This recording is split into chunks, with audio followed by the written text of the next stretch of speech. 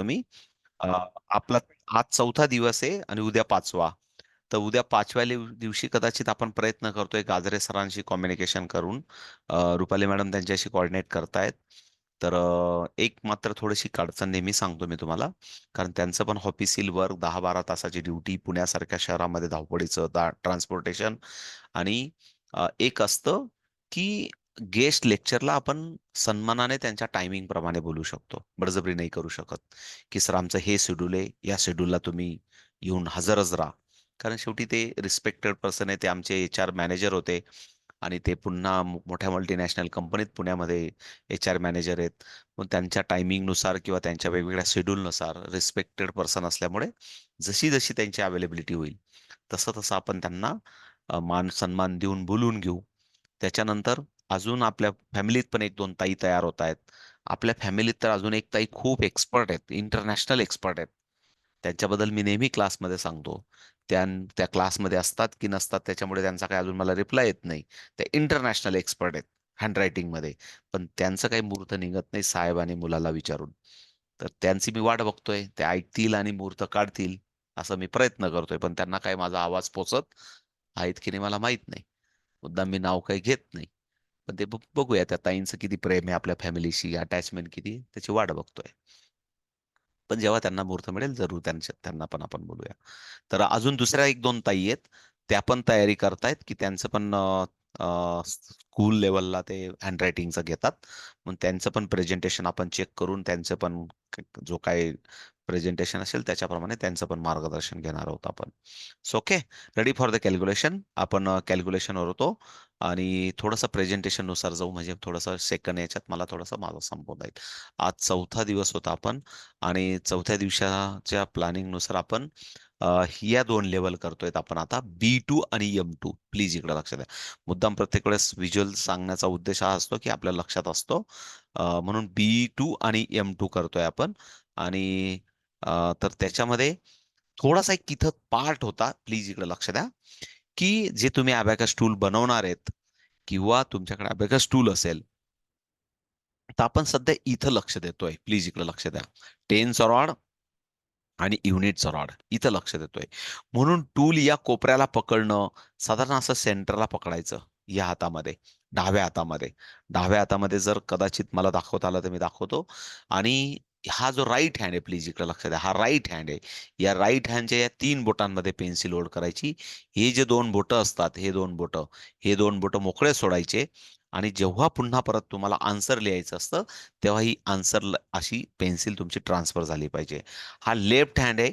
मी थोड्या वेळाने तुम्हाला हे शिकून देतो, नो प्रॉब्लेम. हा पण एक लर्निंगचा पार्ट आहे. पण याच्यासाठी एक टूल कसं हँडल करावं, मी इथं खूप वेळ वाया घालवण्यापेक्षा जर तुम्ही व्हिडिओ ॲपमध्ये आहे, सर्वांनी बघून घेतला आणि ती डिसिप्लिन म्हणजे जग जग जाहीर, म्हणजे जगात जगमान्य असलेली कॉमन कॉमन टेक्निक आहे ती.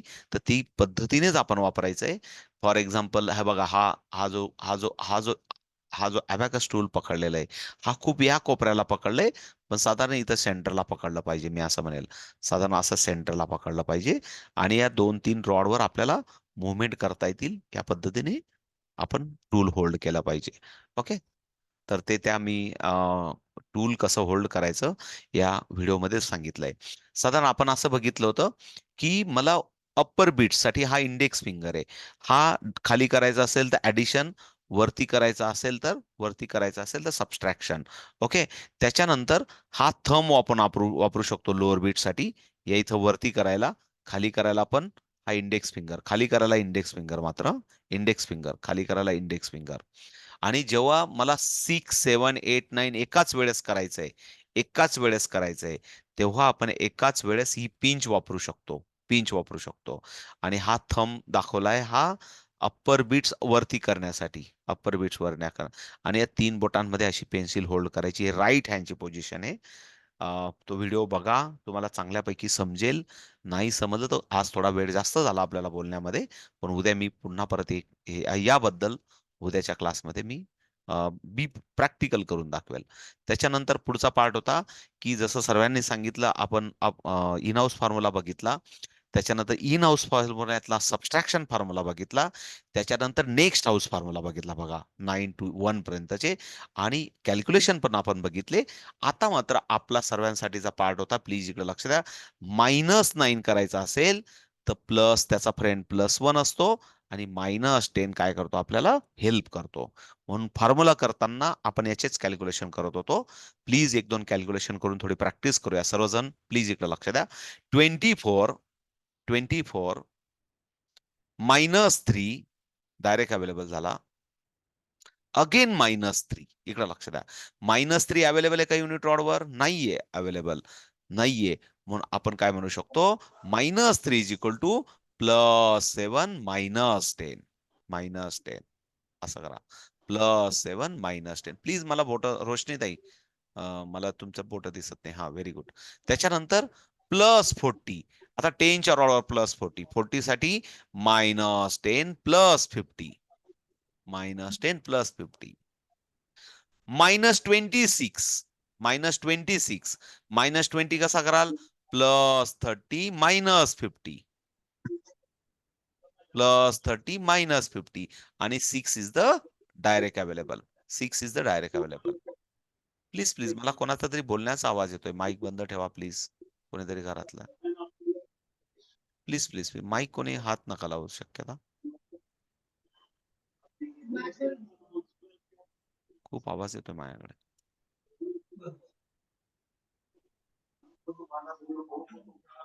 साक्षी कदम ताई जरा माईक बंद ठेवतो मी तुमचा.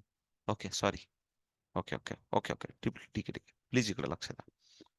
डिस्टर्बन्स आली ना नो प्रॉब्लेम. इकडे लक्ष द्या. म्हणजे सर्वजण मनातल्या मनात बोला. -9चा फ्रेंड +1. -8चा फ्रेंड +2. -7चा फ्रेंड +3. -6चा फ्रेंड +4. -5चा फ्रेंड +5.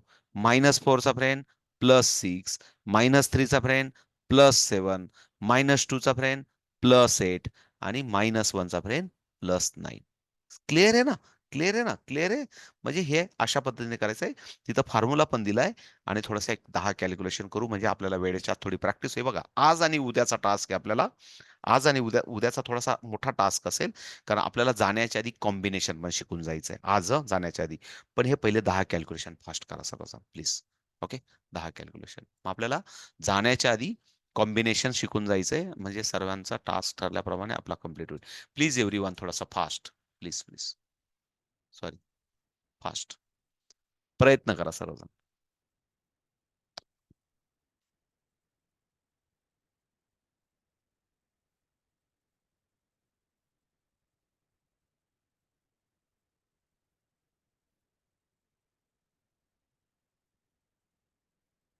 5च मिनिटं देतो मी जेवढे होतील तेवढे. नंतर बाकीचे आपण फॉर्म्युला शिकायचे आहेत आपल्याला.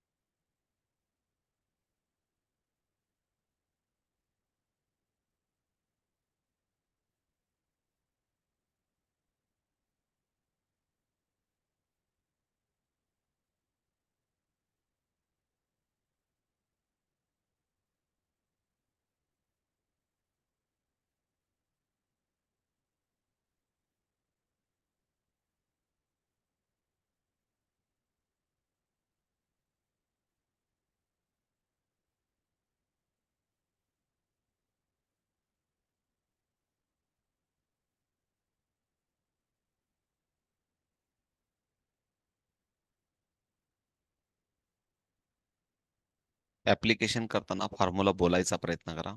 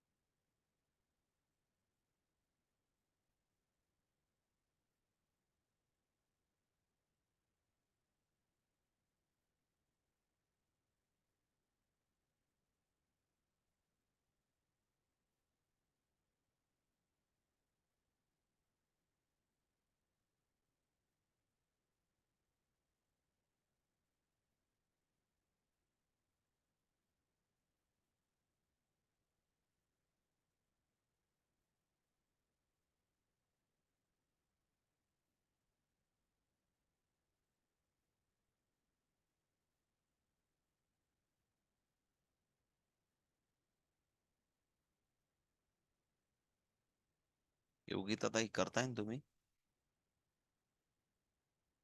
ओके. दोन्ही हात नजरेच्या समोर घ्या, खूप लांब नका घेऊ. हम्म.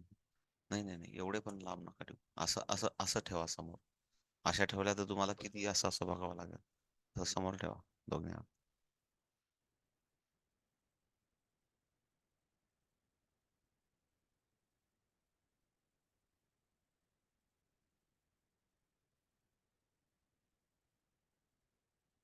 Done sir. Okay okay.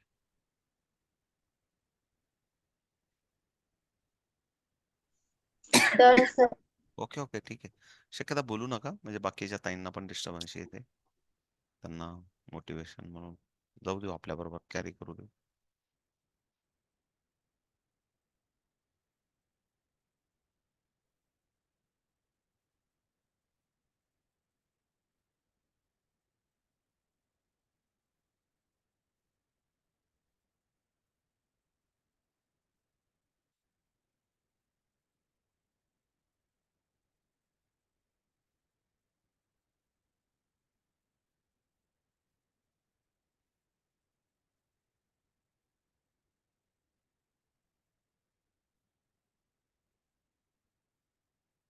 एक लास्ट अर्धा मिनिट एवढं कंप्लीट करूया. हातातलं जे असेल ते कंप्लीट करा. पुढे जायचं आपल्याला.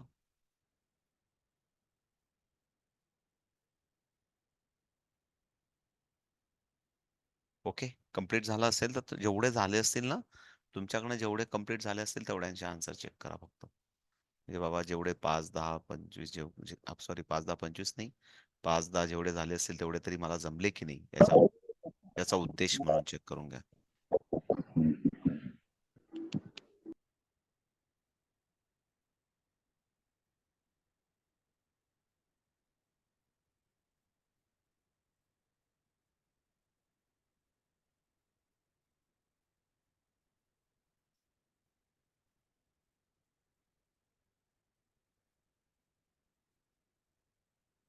पुढे जाऊया.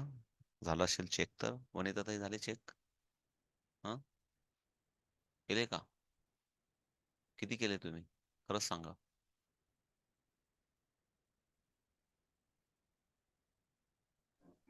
दोन चुकलेत. ओके ओके ठीक आहे ना, पण केले ना तुम्ही, ते महत्वाचं. ओके, सो प्लीज इकडे लक्ष द्या सर्वजण आता.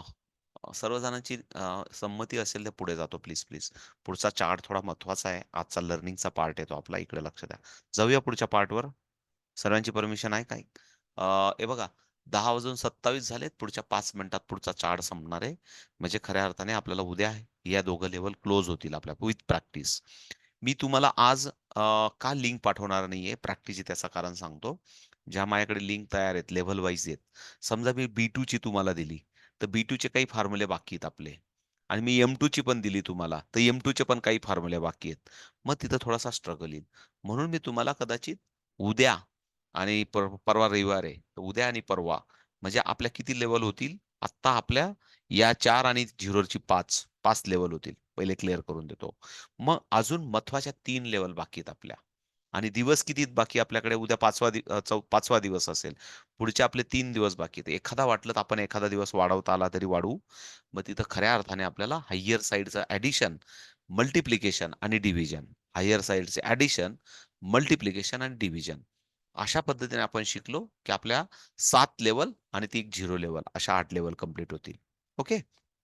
तरी पण काही डाऊट आला, तर आधीचे पण काही रेकॉर्ड व्हिडिओ आहेत किंवा हा प्रवास थांबलेला नसतो. फक्त प्रॉब्लेम काय?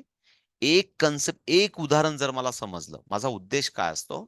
थोडंसं आपण एकलव्यासारखं थोडंसं आपण पण इलॅबोरेट केलं पाहिजे स्वतःला. जर एक कन्सेप्ट संपली तर समजली, तर त्या कन्सेप्टवर आपण 10 कन्सेप्ट समजू शकतो. म्हणजे फॉर एक्झाम्पल मी तुम्हाला आज सांगितलं, जर मी इन हाऊस फॉर्म्युला 5 चा फॉर्म्युला सांगितला, तर तोच +50 चा पण असतो. तोच +500 चा पण असतो. तोच परत पुन्हा 5000 चा पण असतो.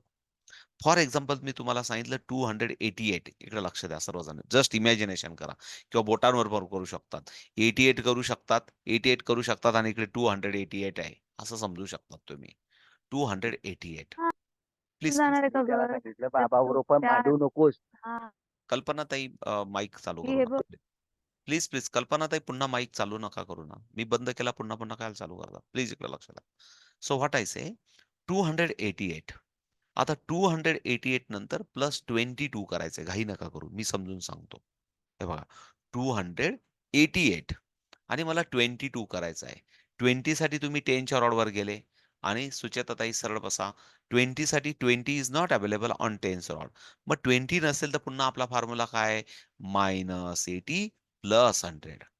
-80 प्लस 100. तर 100च्या रॉडवर आता किती झाले? 300 झाले. इकडे लक्ष द्या. थोडं इमॅजिनेशन, थोडं व्हिज्युअलायझेशन. 300 झाले आणि पुन्हा परत मला 2 करायला जायचंय. तर 2 इस नॉट देअर. 2 साठी -8 प्लस 10 म्हणजे आता माझ्याकडे आन्सर काय झालं? 310 झाला. 310 झालं. प्लस 99 करायचंय मला. इकडे लक्ष द्या. 99 करायचंय. आता 90 साठी 10च्या वर 90 गेलो, पण 90 इस नॉट देअर कारण तिथं 10 आहे. 10 आहे. 90 साठी -10 प्लस 100 बघा आता 400 झाला तिकडे. आणि 9 is the direct available on unit rod. 9 is the direct available. 9 direct open झाला. म्हणजे आता आन्सर तुमच्याकडे काय आहे? 409. इकडे लक्ष द्या. थोडंसं लक्ष द्या, लक्ष द्या. मी काय सांगतोय. 409 मायनस 62. अजिबात काही करू नका. इकडे लक्ष द्या. काय बोललो मी तुम्हाला? 409 मायनस 62. 10च्या रॉडवर गेले आणि तिथं विचारलं, "देअर इस अवेलेबल -60?" त्याने सांगितलं, "नो." मग आपला फॉर्म्युला काय? Plus 40 minus 100. प्लस 40 मायनस 100 आणि 2 इकडे डायरेक्ट अवेलेबल. 2 इकडे डायरेक्ट अवेलेबल. मग बघा बरं तुम्हाला आन्सर काय दिसतं? 3, 4, 7. 3, 4, 7 ना? 9 होतं ना तिकडे? हां, 3, 4, 7. आन्सर काय दिसतंय? काही प्रतिभाताईंनी मला वाटतं काहीतरी आन्सर काहीतरी वेगळं दाखवलं. नाही तो हां, 5 दिसत नव्हता. Okay sorry. 3, 4, 7. आन्सर इस 347. असं सर्व शक्य असतं. फक्त मी काय म्हणतो, कंजूशी करू नका. जे आत्ता बोलायला लावतोय ते प्रामाणिकपणे बोला आणि टीचरांना मी मुद्दाम सांगतो आपला टास्क आहे, मला खूप बेस्ट टीचर बनायचंय. म्हणून बोलताना आता अजिबात कंजूशी करू नका. तुमच्या पिलांनी म्हणजे तुमच्या क्लासमधल्या कुठल्याही पिलाने कुठलीही गडबड केली, कुठलाही फॉर्म्युला तो अडकला, त्याला बिनधास्त सांगायचा, "बेटा काही प्रॉब्लेम नाही. Just minute." त्याला जो तुम्ही फॉर्म्युला शिकवला नाही ना आणि त्या फॉर्म्युलाचं जर कॅल्क्युलेशन चुकून बुकमध्ये आलं ना, तो 100% तो तिथंच थांबून जाईल आणि तो म्हणेल, "टीचर हे मला काही येत नाही." मग त्याला सांगायचं, "नो प्रॉब्लेम बेटा. हा नेक्स्ट नेक्स्ट फॉर्म्युला आहे. पण आणि तुम्हाला ज्या टीचरांनी क्लास घेतले असते त्यांना हा सर्व अनुभव असेल. जर आपण 0 लेव्हल करतो ना, जर चुकून जर तिथं जर काही इन हाऊसचा फॉर्म्युला आला ना, मुलं तिथं थांबून जातात. ते म्हणतात, "टीचर हे जमत नाही. हा कसं काय करायचा?" मग ते त्यांना आपण समजून सांगितलं, "बेटा नो प्रॉब्लेम. हे प्रिंटिंग मिस्टेक झाली. पण हे म्हणजे मुलांना पण लक्षात येतं, की आमच्या टीचर बेस्ट शिकवतात बरं का.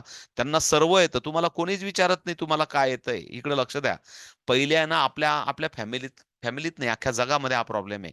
सर्वांना काय वाटतं मी सचिन तेंडुलकर सारखी सेंच्युरी मारल्याशिवाय ना मी ग्राउंडमध्ये जाणारच नाही. पहिले ग्राउंडमध्ये जाल तर सेंच्युरी माराल ना. पहिले ग्राउंडमध्ये जाल तर सेंच्युरी माराल. म्हणजे म्हणून मी नेहमी म्हणत असतो, सचिन तेंडुलकर बनण्याच्या नादात लागू नका. तुम्ही आचरेकर गुरुजी बना. आचरेकर गुरुजी बनले, तर तुम्ही सेंच्युरी मारणारे तुम्ही विद्यार्थी तयार करणार आहेत. हा एक पहिले क्लासचा एक फंडामेंटल आपला गोल आपले गोल प्रॉपर पाहिजे. आपल्या गोलमध्ये खूप साऱ्या मिस्टेक्स असतात. म्हणून प्रॉब्लेम येतो. म्हणून आपल्याला काय बनायचं best of the best explain explain करणारं बनायचंय. तुम्हाला पण संधी असते. आपण नॅशनल मॅथ मॅरेथॉन घेतो. वेगवेगळ्या वर्षातून वेगवेगळ्या कॉम्पिटिशन देतो. यावर्षी आपण नाही काही तुम्हाला नॅशनल मॅथ मॅरेथॉनचे प्राइजेस दिले. पण आपला विद्यार्थी संख्याच एवढी होती, तर आपण सर्व शिक्षकांना विसरून गेलो यावेळेस. पण खऱ्या अर्थाने सर्वांचा मान-सन्मान होतो, हे सर्व आपण सर्व बघितलं. मेन आपल्याला त्या नॅशनल मॅथ मॅरेथॉनच्या स्पर्धेचा निकाल महत्त्वाचा होता, का मुलांनी जो आनंद लुटला तो महत्त्वाचा होता. ते तुम्हाला लक्षात आलं असेल मला काय सांगायचं. इम्पोर्टंट काय आहे, की सर्व गोष्टीचा फ्लो आपला झाला, तर तुम्हाला पण सेंच्युरी मारण्याची संधी येते. जेव्हा संधी आली तेव्हा मारायची आणि म्हणून स्वतःचं टॅलेंट प्रूव्ह करायचं. सो पुढचा चार्टवर जातो. थोडासा आपल्याला 5च मिनिटं आहेत आपल्याकडे. इकडे लक्ष द्या. हा चार्ट काय म्हणतो इकडे लक्ष द्या सर्वजण. इकडे लक्ष द्या. प्लीज, प्लीज, प्लीज प्रामाणिकपणे इकडे लक्ष द्या. जर मला +1 करायचं असेल, +10 करायचं असेल, तर +100 करायचं असेल कुठल्याही पोझिशनला, तर प्लीज माझ्याबरोबर प्रामाणिकपणे बोलायचंय. हे डायरेक्ट अवेलेबल असतं. कुठल्या ना कुठल्या पोझिशनला डायरेक्ट अवेलेबल असतं. याच्यासाठी मला इन हाऊस फॉर्म्युला करावा लागतो आणि याच्यासाठी मला नेक्स्ट हाऊस फॉर्म्युला करावा लागतो. कुठल्या ना कुठल्या मोडमध्ये इकडे लक्ष द्या. म्हणजे तुम्हाला जर कधी 1 करायचं असेल, कधी 10 करायचं असेल, कधी 100 करायचं असेल, तर या 3 गोष्टीचे फॉर्म्युले तुम्हाला कधी ना कधी आलटून-पालटून कधीतरी ती वेळ येते आणि ते वापरावे लागतात. हे पहिले हा चार्ट म्हणतोय. त्याच्यानंतर 2 करायचं असेल, तर सेम थिंग आहे. डायरेक्ट कधी अवेलेबल असतो, कधी इन हाऊस फॉर्म्युला वापरावा लागतो, कधी नेक्स्ट हाऊस फॉर्म्युला वापरावा लागतो. 3 साठी पण सेम आहे. 3 साठी पण सेम आहे. 4 साठी पण सेम आहे. आणि म्हणून आपण थोड्या वेळापूर्वी बोललो होतो, की हे जे 4 अंक आहेत, हे जे 4 अंक, हे 4 अंक आपण आतापर्यंत बघितले, की याला हे डायरेक्ट पण अवेलेबल असतात, इन हाऊसमध्ये आपल्याला करता येतात आणि कधी-कधी नेक्स्ट हाऊस फॉर्म्युला वापरावा लागतो. हे आपण आता बघितलं. हा जो 5 अंक आहे, हा युनिक डिजिट आहे. हा युनिक डिजिट आहे आणि याला तुमच्या मनातल्या मनात तुम्ही सांगा, की काय-काय पॉसिबिलिटीज असते. मी टिक करण्याच्या आधी तुम्ही स्वतःहून मनात विचार करा आणि डेफिनेटली तुम्ही सर्वजण सांगाल, की हा 5 युनिक डिजिट असल्यामुळे तो डायरेक्ट अवेलेबल असतो आणि तो फक्त नेक्स्ट हाऊस फॉर्म्युलाच त्याला वापरावा लागतो. इकडे लक्ष द्या. फॉर एक्झाम्पल कुठलाही अंक घ्या.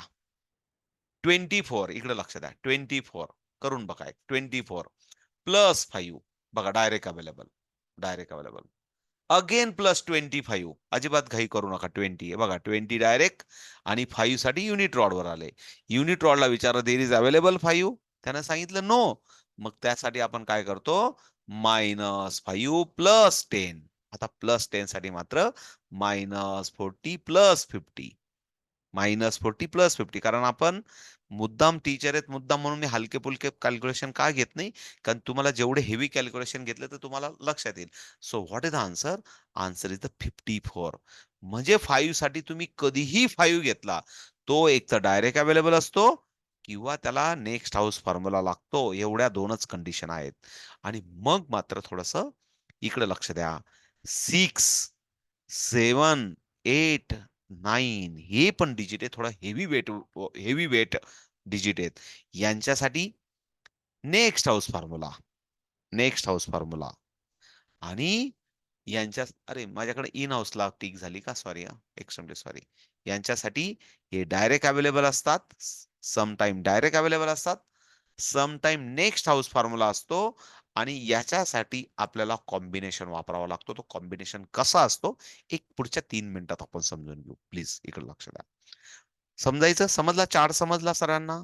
क्लिअर का क्लोज? म्हणजे मग खऱ्या अर्थाने आपण ॲप्लिकेशन कसं असतं ते बघून घेऊ. तर फॉर एक्झाम्पल जर मी पुढच्या चार्टवर गेलो, पुढे जर जे काही चार्ट असेल, तो पुन्हा परत आपण उद्या बघणारच आहोत.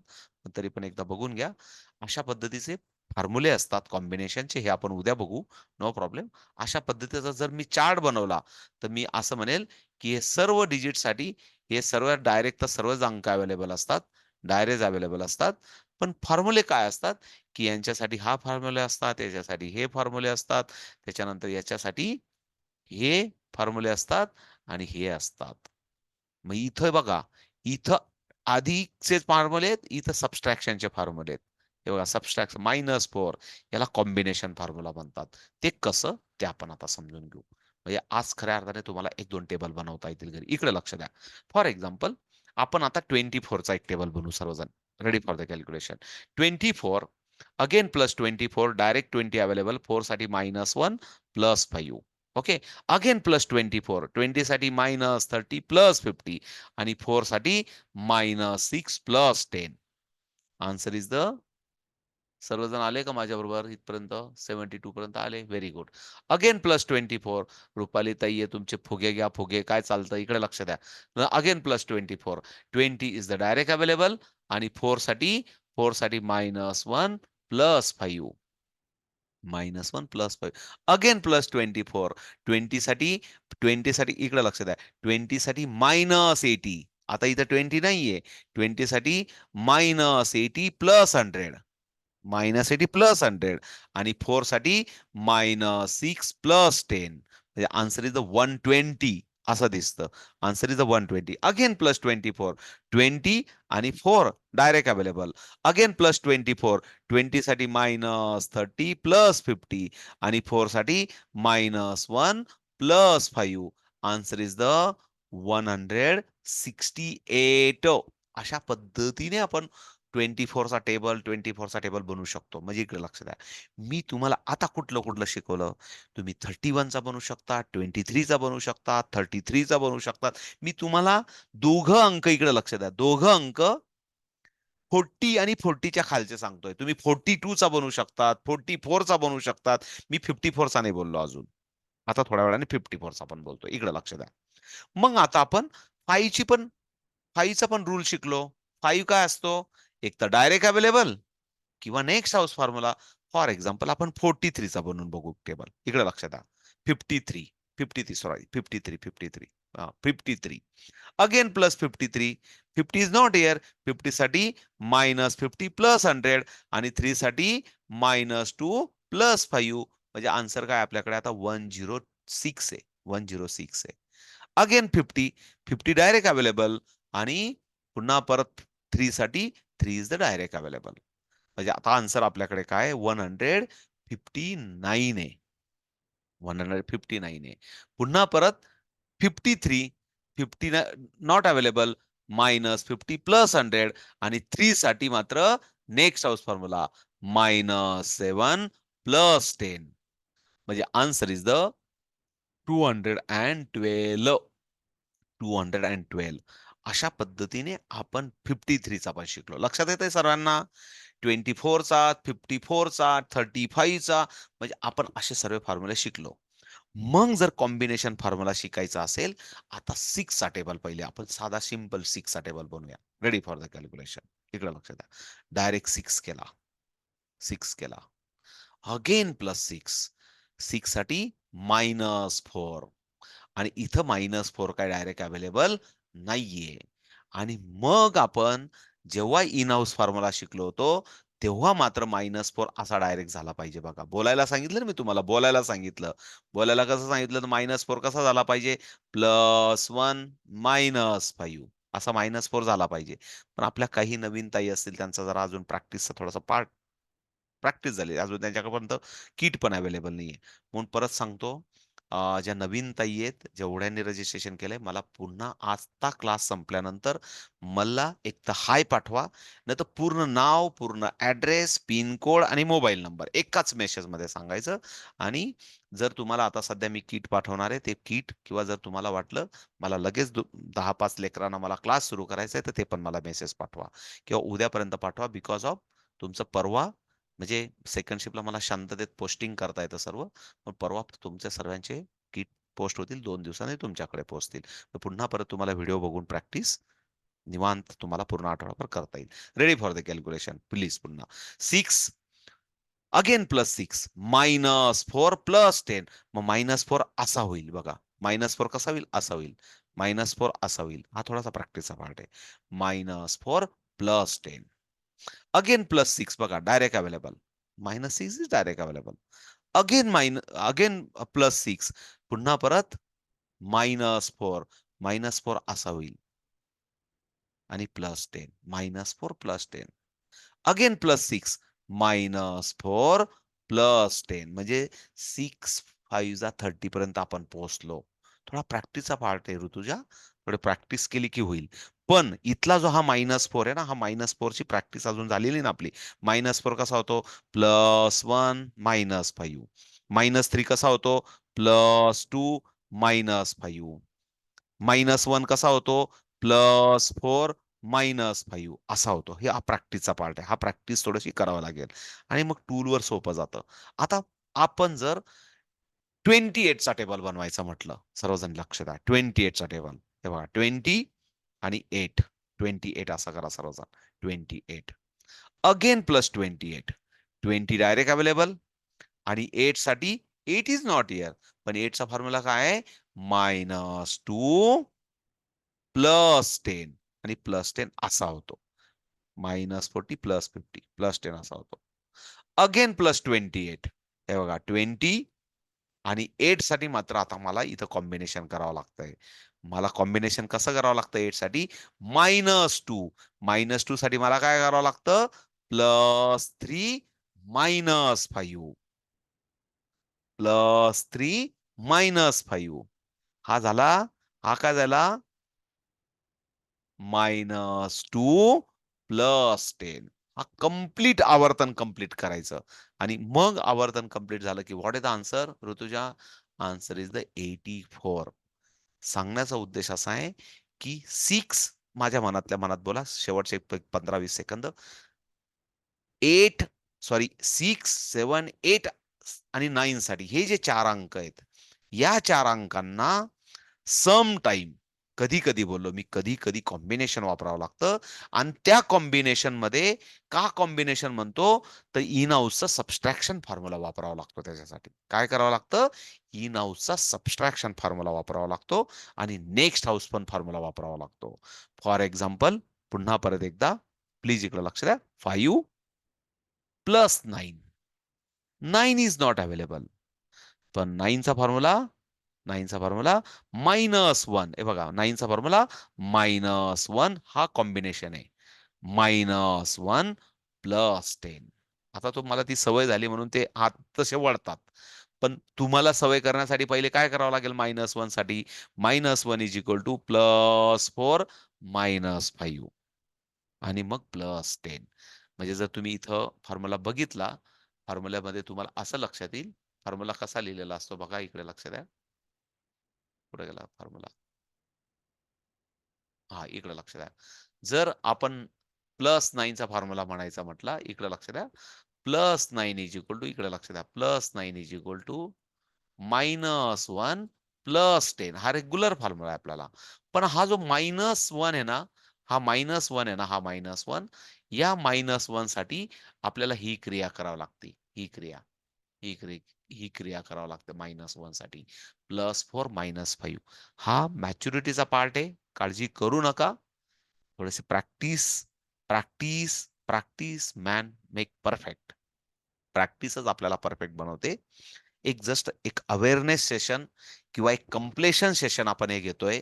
हे मला पण माहिती आहे 8 दिवसात 8 लेव्हल टास्क पण जेव्हा आपण विद्यार्थ्यांना एकलव्याचा बाणा म्हणतो, तर आपल्याला पण एकलव्याचा ॲज अ टीचर म्हणून किंवा आपल्या या निमित्ताने काही राहून गेलेल्या प्रवाहातून राहून घेतलेल्या ताई, त्यांना पण आपल्याला बरोबर घेऊन जायचंय. आपल्याला पण 8 लेव्हल कंप्लीट करून घ्यायचे आहेत या निमित्ताने. पुन्हा परत पुढच्या वीकमध्ये आपल्याला वैदिक मॅथ्सचा असाच कॅम्पेनिंग करायचं म्हणजे तुम्हाला समर व्हॅकेशनमध्ये असं वाटायला नको, की आम्हाला काहीतरी शिकवायचं होतं आणि राहून गेलंय. म्हणून या पद्धतीने आपण जातोय. अ, बाकीचं मला माहिती आहे थोडासा 10:47 झाले. 2-1 मिनिटं बाकी आहेत. पण जाण्याच्या आधी 2-3 कॅल्क्युलेशन करू, एन्जॉय करू आणि मग खऱ्या अर्थाने सर्वांना रिलॅक्स वाटेल. थोडासा पाठीचा कणा सरळ, सर्वजण शांत बसा व्यवस्थित. Ready for the calculation. Set the 0. Okay, ready for the calculation. प्रयत्न करा. स्पीड नाही आला, पण हा आपला टास्क आहे. आपल्या ब्रेन ट्रेन एज्युकेशनच्या फॅमिलीचा. Ready for the calculation. 22 + 22 -4 -30 + 50 -50 + 9 -11 -3 -4 + 1. What is the answer? Anyone? थोडासा माझा आवाज कमी होता, पण पुढच्या वेळेस मी वाढवतो. Ready for the calculation. असं काही नाही वैशू. काय? दामिनीताई व्हॉट इस द आन्सर? दामिनीताई? चलो ठीक आहे. चलो नो प्रॉब्लेम. हां? चलो ठीक आहे बघूया. Ready for the calculation. Ready for the calculation. पुन्हा set the 0. Please everyone fast. आता कॉन्सन्ट्रेट आणि मोठा आवाज येईल माझा. Okay, ready for the calculation please everyone. 44 -33 + 55 -66 + 33 -22 + 3 -11 + 5 -6 + 8 + 20 -30 + 5 -4.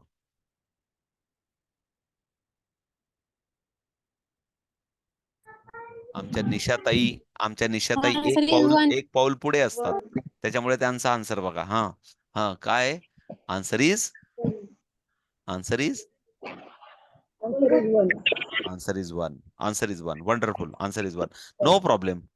Rutuja काही काळजी नको करू. हे तुमच्यासाठी नाहीये. म्हणजे जस्ट तुम्हाला सांगतो, की आपण करू शकतो. एवढ्या ताई करू शकतात म्हणजे तू करू शकते की नाही? पण प्रॅक्टिसने होईल. हां, त्याच्यासाठी ब्रेन जिम आहे. रोज थोडंसं डॅम्बेज घ्याव्या लागतील, एक्सरसाइज करावी लागेल, जिम तर करावीच लागेल ना. तेव्हा थोडा सुपर जिनियस ब्रेन आपलं तयार होईल. Wonderful. Ready for the calculation. आता थोडंसं सर्वांना येईल असं, काळजी नका करू. हा तरी बेसिक टास्क आहे. याच्यापेक्षा पण आपण डबल स्पीडने करू शकतो. ओके. पण एक बेसिक टास्क आहे. आता आपण सर्वांना येईल असं. Ready for the calculation. 34, please everyone concentrate. Minus 33 plus 5 minus 4 in house formula वापरा please. Plus 2 minus 3 plus 9 next house formula वापरा. Plus 20 plus 5 plus 50 minus 65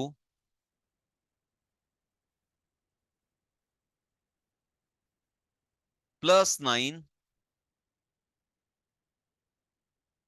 minus 11 again minus 11 -3 -3 साठी इन हाऊस फॉर्म्युला वापरा. +7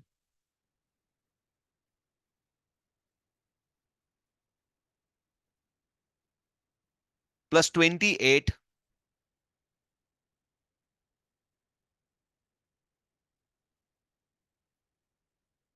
+22 व्यवस्थित